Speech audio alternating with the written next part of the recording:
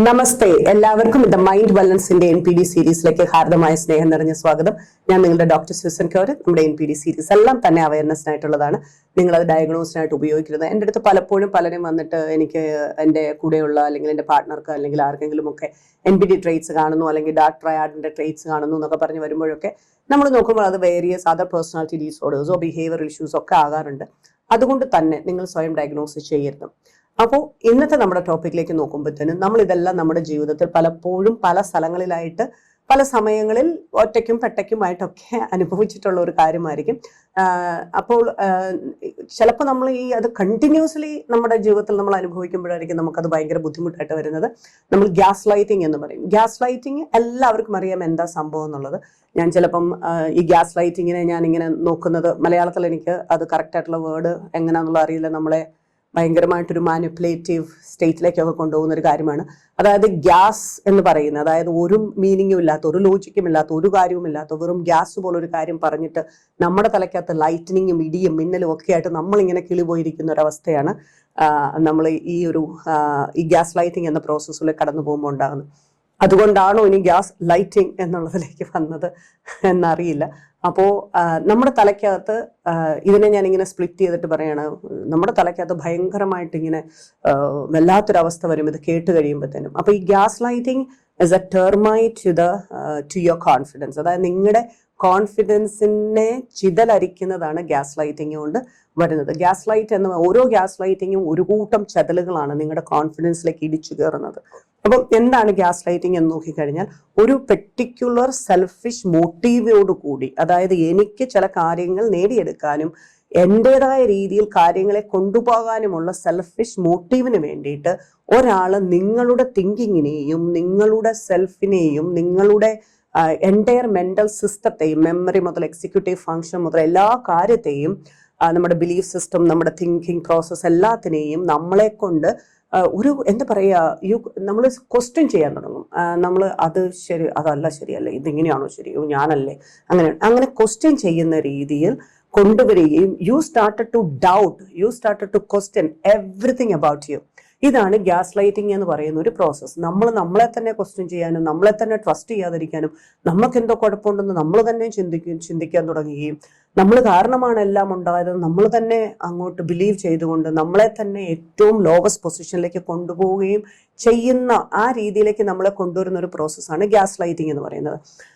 ഈ gas lighting വന്നു കഴിഞ്ഞാൽ നമ്മൾ ആങ്ഷ്യസ് ആവും, നമ്മൾ കൺഫ്യൂസ്ഡ് ആവും, നമ്മൾ നമ്മളെ തന്നെ ട്രസ്റ്റ് ചെയ്യാത്തൊരവസ്ഥയിലേക്ക് എത്തും. കാരണം നമുക്ക് റിയാലിറ്റി ഏതാ അല്ലാത്തത് ഏതാ, ഇവർ പറയുന്നതാണോ ശരി, അതോ ഞാൻ പറയുന്നതാണോ ശരി, എനിക്കെന്തെങ്കിലും കുഴപ്പമുണ്ടോ എന്നുള്ള രീതിയിലേക്ക് നമ്മൾ ചിന്തിച്ച് നമ്മുടെ മെമ്മറീസിനെ നമ്മൾ ക്വസ്റ്റ്യൻ ചെയ്യാൻ തുടങ്ങും. അതല്ലേ, അങ്ങനെയല്ലേ സംഭവിച്ചേ, ഞാൻ ഓർക്കുന്നത് ഇങ്ങനെയാണല്ലോ, ഇവർ പറയുന്നത് ഇങ്ങനെയാണല്ലോ, എൻ്റെ മെമ്മറി എന്തോ കുഴപ്പമുണ്ട്, ഞാനല്ലേ, അങ്ങനെ ചിന്തിക്കാൻ തുടങ്ങും. Question your thought process. ഞാൻ ചിന്തിക്കുന്നത് ശരിയല്ല, എൻ്റെ ചിന്തയ്ക്ക് എന്തോ കുഴപ്പമുണ്ട്, ഞാൻ ഭയങ്കര മോശമായിട്ടുള്ള ആളാണ്, അല്ലെങ്കിൽ എനിക്കത് ഇതാക്കാൻ പറ്റുന്നില്ല. ചിലപ്പോൾ നമ്മളോട് അവർ പറയുന്നത് നിനക്കെന്തോ കുഴപ്പമുണ്ട് കേട്ടോ, നിനക്കെന്തോ ഹെൽപ്പ് വേണം, സാധാരണ നോർമലായിട്ടുള്ള മനുഷ്യരൊന്നും ഇങ്ങനെയൊന്നും പെരുമാറില്ല, നിങ്ങളുടെ വീട്ടിലാർക്കെങ്കിലും എന്തെങ്കിലും കുഴപ്പമുണ്ടോ, നിനക്ക് ഇത്രയേറെ കുഴപ്പം പറഞ്ഞെങ്കിൽ അവിടെ എന്തെങ്കിലുമൊക്കെ കാണണം എന്നൊക്കെ പറഞ്ഞിട്ട് ചില വാക്കുകൾ നമ്മളോട് പറയും.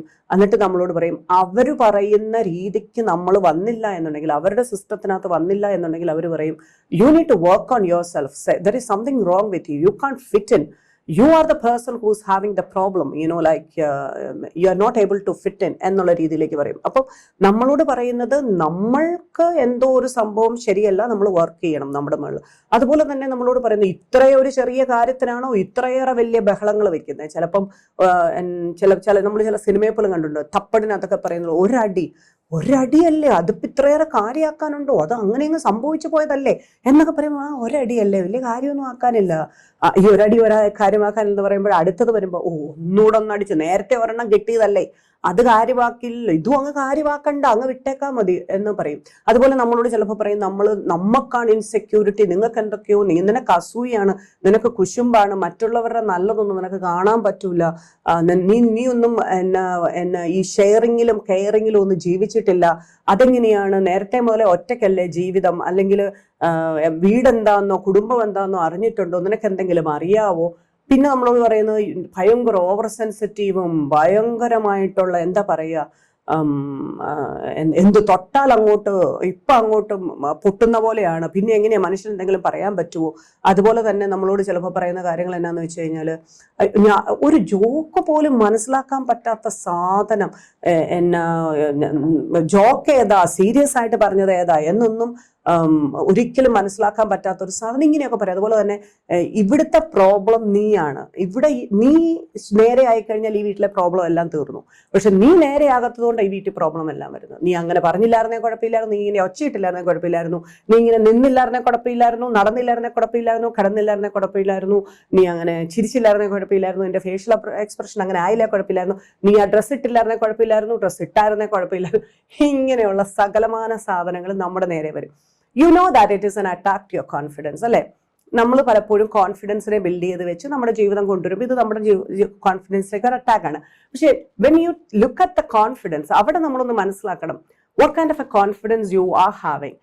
Is your confidence externally influenced ആണോ അതോ ഇന്റേർണലി ബിൽട്ട് ആണോ എന്ന്, അല്ലെങ്കിൽ ഇന്റേർണലി ഇൻഫ്ലുവൻസ്, അതായത് എൻ്റെ ഉള്ളിൽ ഞാൻ വളരെ സ്ട്രോങ് ആയിട്ടാണോ എൻ്റെ കോൺഫിഡൻസിനെ വളർത്തിക്കൊണ്ടുവരുന്നത്, അതോ പുറത്തുനിന്നുള്ള സാഹചര്യങ്ങളും പീപ്പിളും അല്ലെ നല്ലൊരു എൻവയറമെന്റും ഒക്കെ ആകുമ്പോൾ തന്നെ ഞാൻ കോൺഫിഡന്റ് ആയിട്ട് വരുന്നതാണ്. Everything is good and well nicely functioning, കോൺഫിഡൻസിന് യാതൊരു കുഴപ്പവും ആർക്കും വരാറില്ല. പക്ഷെ അതല്ലാതെ വരുമ്പോൾ നമ്മുടെ കോൺഫിഡൻസിന് കുഴപ്പം വരുന്നു എന്നുണ്ടെങ്കിൽ നമ്മുടെ കോൺഫിഡൻസ് എന്ന് പറയുന്നത് എക്സ്റ്റേണലി ഇൻഫ്ലുവൻസ്ഡ് ആയിട്ടുള്ള ഒരു കോൺഫിഡൻസ് ആണ്. അത് എക്സ്റ്റേണൽ ഫാക്ടേഴ്സ് എപ്പോൾ ചേഞ്ച് ആവുന്നു അപ്പോൾ നമ്മുടെ കോൺഫിഡൻസിന് പ്രശ്നം വരും. കാരണം എക്സ്റ്റേണൽ സിസ്റ്റംസ് എല്ലാം നല്ലതായിട്ട് വർക്ക് ചെയ്യുമ്പോഴത്തേനും നമുക്കൊരു വാല്യൂ ക്രിയേറ്റിംഗ് ഫീലിംഗും നല്ല രീതിയിലുള്ള ഇതും ഉണ്ടാവും. പക്ഷെ അല്ലാതെ വരുമ്പോഴത്തേനും നമുക്ക് എന്ത് പ്രശ്നം വരും, നമുക്കതൊന്നും ഫീൽ ചെയ്യത്തില്ല കോൺഫിഡൻസ്. അപ്പോൾ ഇന്റേണൽ കോൺഫിഡൻസ് പറയുന്നത് നല്ല തടിയുടെ നല്ല കാതലാണ്, നല്ല സ്ട്രോങ് ആയിട്ടുള്ള കാതൽ, വളരെ വർഷങ്ങളോളം നല്ല സ്ട്രോങ് ആയിട്ട് മഴയും വെയിലും എല്ലാത്തിനെയും അതിജീവിച്ച് വളർന്നു വന്ന വർഷങ്ങളോളമുള്ള ആ തടിയിലുണ്ടായ കാതലാണ്. ആ കാതലിനെ ഒരിക്കലും ചെതലിനൊന്നും ചെയ്യാൻ പറ്റൂല. അത് ചെതൽ കയറിയാലൊന്നും അതിനെ ആക്രമിച്ച് കീഴ്പ്പെടുത്താൻ പറ്റൂല. പക്ഷെ അതേ സമയത്ത് അധികം കാതലില്ലാത്ത ഒരു വൃക്ഷത്തെ നമ്മൾ കുറച്ച് നാളായിട്ട് വളരെ നന്നായിട്ടൊക്കെ നിൽക്കുന്നു, പക്ഷെ അകത്തെ ഉള്ളിലെ കാതല് എക്സ്പീരിയൻസ് കൊണ്ടോ ഇങ്ങനെ പല പല കാര്യങ്ങൾ നമ്മൾ ഫേസ് ചെയ്തോ ഒന്നും അതിനകത്തെ ആ ഇന്റേണൽ, നമ്മുടെ ഇന്റേണൽ അഹം എന്ന് പറയുന്നത് നമ്മുടെ ഈഗോയ്ക്ക് നല്ല സ്ട്രെങ്ത് വന്നിട്ടില്ല.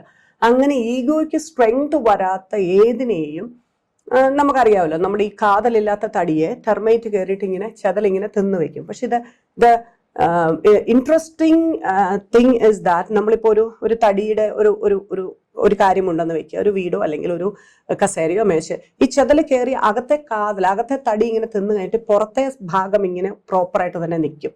അപ്പൊ നമ്മളിങ്ങനെ നോക്കുമ്പോൾ ആ സാധനം അവിടെയുണ്ട്, പക്ഷെ ചെന്നിങ്ങനെ തൊട്ട് കഴിഞ്ഞാൽ അകത്തൊന്നും ഇല്ലാത്തതുകൊണ്ട് ഇതങ്ങ് പൊടിഞ്ഞു പോകും. എന്ന് പറഞ്ഞതുപോലെ ഈ ഗ്യാസ് ലൈറ്റിംഗ് എന്ന് പറയുന്നത് ഒരു കൂട്ടം ചെതലാണ്. ഒരു ഗ്യാസ് ലൈറ്റിംഗ് ഒരു കൂട്ടം വന്നു, അടുത്തത് 3, 4, 5 ആകുമ്പോൾ മൊത്തം ചെതലുകൾ അകത്തേക്ക് കയറും. അകത്തേക്ക് കയറിയിട്ട് നമുക്ക് ഈ കാതൽ അധികം ഇല്ല എന്നുണ്ടെങ്കിൽ നമ്മുടെ കോൺഫിഡൻസിനെ ഇത് കാർന്ന് തിന്നും. പ്രത്യേകിച്ച് നമ്മുടെ കോൺഫിഡൻസ് അതേഴ്സിൽ നിന്ന് ഇൻഫ്ലുവൻസ്ഡ് ആണെങ്കിൽ, അതർ ഫാക്ടേഴ്സിൽ നിന്ന്, നമ്മുടെ ഉള്ളിൽ കാതലായിട്ട് നമ്മൾ ഡെവലപ്പ് ചെയ്യാത്ത ഏത് കോൺഫിഡൻസിനെ ഇത് ഭയങ്കരമായിട്ട് അറ്റാക്ക് ചെയ്യും. അത് പുറമേ നിന്ന് നോക്കുമ്പോൾ നമ്മൾ നല്ല രീതിയിലൊക്കെ നിൽക്കും, പക്ഷെ എന്തെങ്കിലും കാര്യം അടിച്ചു കഴിയുമ്പോഴത്തേനും കംപ്ലീറ്റ്ലി ഡിസ്ട്രോയ് ആയിപ്പോവും. പിന്നെ കംപ്ലീറ്റ് ഡിസ്ട്രക്ഷൻ ആണ് ഹാപ്പൻ ചെയ്യുക. നമ്മളല്ലാത്തൊരവസ്ഥയിലേക്ക് പോകും. നമുക്ക് എന്താ സംഭവിക്കുന്നത്? പഴയ നമ്മൾ എവിടെയൊക്കെയോ പോയി മറിഞ്ഞു. പിന്നെ വളരെ ലോ ആയിട്ടുള്ള, വളരെ എന്താ പറയുക, ഒരു ഡോർമാറ്റ് ലെവലിലേക്കൊക്കെ പലരും താഴേക്ക് പോകുന്നതിൻ്റെ കാരണം എന്താണെന്ന് വെച്ച് കഴിഞ്ഞാൽ ഈ ഗ്യാസ് ലൈറ്റിങ്ങിൻ്റെ ടെർമൈറ്റ് പലപ്പോഴും നമ്മുടെ ഉള്ളിലെ കോൺഫിഡൻസിനെ കാർന്നു നമ്മളെ തന്നെ ക്വസ്റ്റ്യൻ ചെയ്യും. നമുക്ക് ആങ്സൈറ്റി, നമ്മൾ ശരിയല്ല, നമുക്ക് എന്തോ കുഴപ്പമുണ്ട്, ഞാൻ പണ്ട് അങ്ങനെയായിരുന്നു, പണ്ടത്തെ കാര്യം പോലും ഞാൻ അത്ര കോൺഫിഡൻ്റ് ആയിരുന്നോ, ഞാൻ എന്തൊക്കെ കാര്യങ്ങൾ നന്നായിട്ട് ചെയ്തിട്ടുണ്ട്, ഈ പോലത്തെ മെമ്മറി പോലും നമ്മുടെ തലയ്ക്കകത്തുനിന്ന് എവിടെയൊക്കെയോ പോയി പോകും. എന്നിട്ട് നമ്മളെ തന്നെ ആ ഒരു ലോ ലെവലിലേക്ക് കൊണ്ടുവരും. ഇതാണ് ഗ്യാസ് ലൈറ്റിങ്ങിൽ പലപ്പോഴും സംഭവിക്കുന്നത്. ഇനി കാതലായ തടിയെ പോലും ആ ചതൽ കയറിയ വഴികൾ നമുക്ക് കാണാൻ പറ്റും. എന്ന് പറഞ്ഞ പോലെ ആക്രമിക്കുമ്പോൾ ഉള്ളിൽ നല്ല സ്ട്രോങ് കോൺഫിഡൻ്റ് ഉള്ള ആള് പോലും ഒന്ന് ഷെയ്ക്കണാവും, അതിന്റെ പാത്ത് നമുക്ക് കാണാൻ പറ്റും. അപ്പൊ എപ്പോഴും നമ്മൾ ചിന്തിക്കേണ്ട ഒരു കാര്യം, ഈ ഗ്യാസ് ലൈറ്റിങ് വരുമ്പോൾ തന്നെ നമ്മളിലേക്ക് ടാർഗറ്റ് ചെയ്യുമ്പോൾ തന്നെ നമ്മളെ ഒന്ന് അനലൈസ് ചെയ്തിട്ട് നമ്മുടെ ആ അകത്തെ നല്ലതുപോലെ സ്ട്രോങ് ആക്കണം.